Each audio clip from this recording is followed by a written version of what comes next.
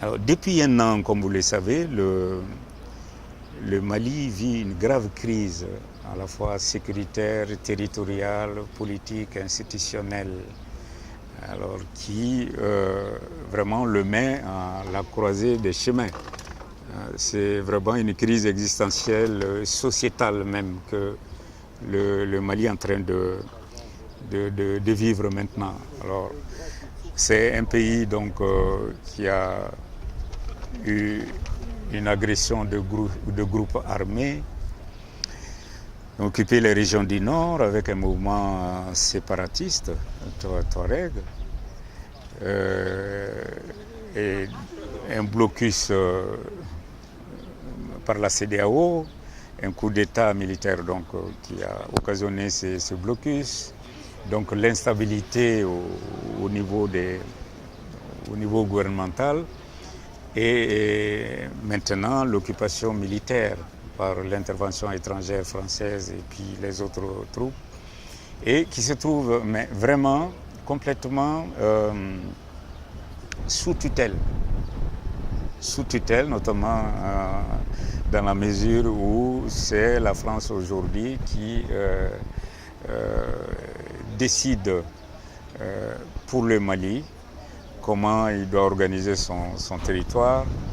comment il doit gérer ses affaires politiques. Le président français François Hollande exige que les élections se tiennent au Mali le 7 juillet, les élections présidentielles se tiennent au Mali le 7 juillet, et ne veut rien savoir. Donc on a un pays comme ça, où un gouvernement qui est déjà gravement affaibli, l'État s'est effondré depuis un an, n'a plus la capacité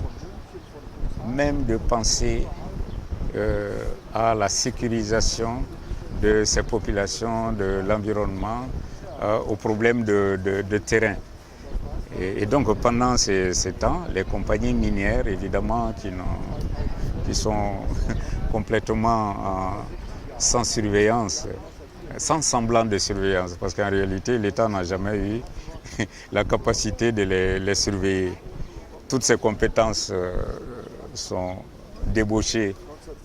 par les compagnies, par les grandes ONG, par les projets d'une part, et puis les services techniques sur place n'ont aucun moyen, aucun équipement. Et donc en réalité, ce n'est pas un État qui fonctionne du tout. Mais il y avait l'existence formelle de l'État et un semblant de contrôle, mais ça n'existe plus. Et donc les compagnies ont les mains libres sur le terrain et continuent de faire ce qu'elles veulent. Au contraire, le gouvernement malien veut attirer encore les compagnies minières ou signer des conventions afin d'avoir plus d'argent et faire face aux problèmes financiers, afin de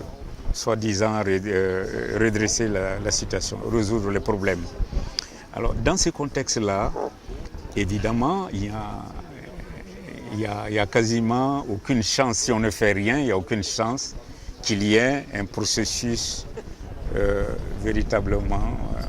démocratique en ce qui concerne cette consultation populaire. Donc les populations puissent exprimer librement, correctement et massivement, de façon indépendante, leur avis, leur point de vue sur le projet de mine. Alors, nous avons donc mis en place, on est en train de lancer un projet de votation citoyenne à Faléa,